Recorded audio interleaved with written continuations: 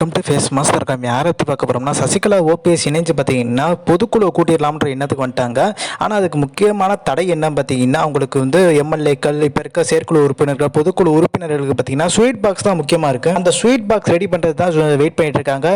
So அது மட்டும் கிடையாது, எடப்பாடி பழனிசாமிக்கு சிக்கல் கொடுக்கும் வகையில் பார்த்தீங்கன்னா எடப்பாடி பழனிசாமி ஒரு விஷயம் பேசியிருந்தார். சசிகலா பார்த்தீங்கன்னா ஜானகி அம்மையார் எப்படி ஜெயலலிதாட்ட கட்சியை ஆட்சியை ஒப்படைச்சிட்டு போனாங்களோ அந்த மாதிரி விலகி வெளியே பார்த்தீங்கன்னா ஆதரவு தருன்ற மாதிரி பேசியிருந்தாங்க. இதுதான் இப்போ விஷயமா எல்லாரும் பார்க்கப்படுது.